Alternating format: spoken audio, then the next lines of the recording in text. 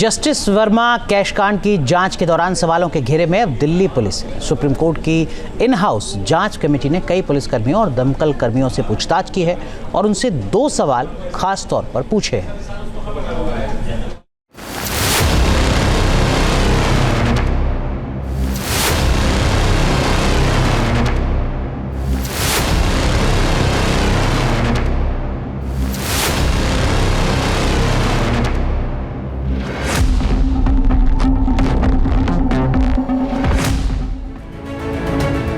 चौदह मार्च की रात दिल्ली हाई कोर्ट के जज जस्टिस यशवंत वर्मा के आवास के स्टोर रूम में आग लगी थी। दावा किया गया कि स्टोर रूम में बड़ी मात्रा में अधजले नोट मिले थे। इस कैश कांड की चर्चा देश भर में हुई। 22 मार्च को सुप्रीम कोर्ट ने जांच के लिए इन हाउस कमेटी का गठन किया। जांच कमेटी ने अब तक दिल्ली पुलिस के आला अधिकारियों और फर्स्ट रेस्पोंडर्स के बयान दर्ज कर लिए हैं। सूत्रों के मुताबिक जांच समिति ने दिल्ली पुलिस कमिश्नर संजय अरोड़ा और नई दिल्ली के डीसीपी देवेश महला और फर्स्ट रेस्पोंडर को 2 सवाल खास तौर पर पूछे। पहला सवाल, जस्टिस वर्मा के घर मिले अधजले नोटों को जब्त क्यों नहीं किया गया। दूसरा सवाल, फर्स्ट रेस्पोंडर्स के फोन से वीडियो क्यों डिलीट किए गए। सूत्रों के मुताबिक दिल्ली पुलिस के अधिकारियों और फर्स्ट रिस्पोंडर्स ने जांच समिति के सामने इन सवालों के जवाब भी दिए और समिति को बताया कि आखिर उन्होंने नोटों की जब्ती क्यों नहीं की थी। कैश मिलने पर कोई एफआईआर दर्ज नहीं की गई थी, लिहाजा पुलिस ने कैश को जब्त करना जरूरी नहीं समझा।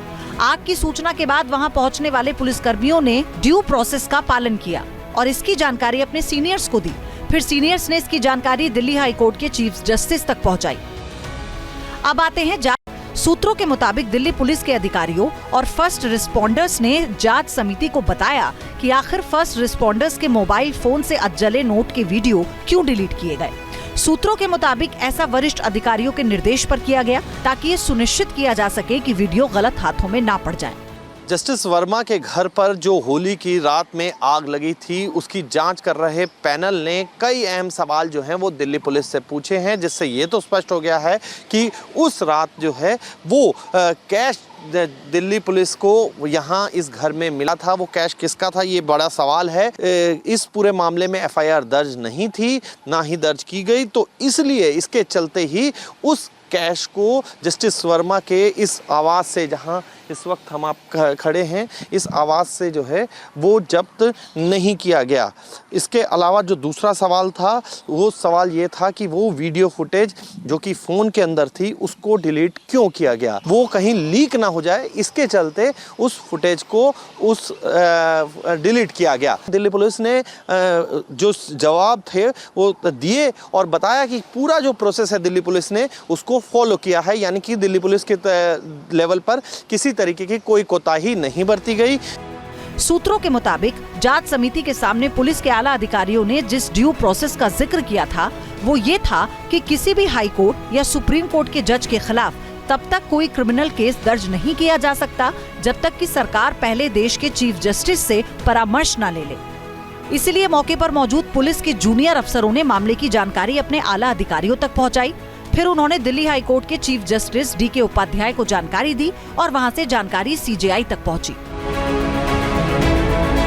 सुप्रीम कोर्ट ने ही दिल्ली हाई कोर्ट के चीफ जस्टिस को प्रारंभिक जांच करने को कहा।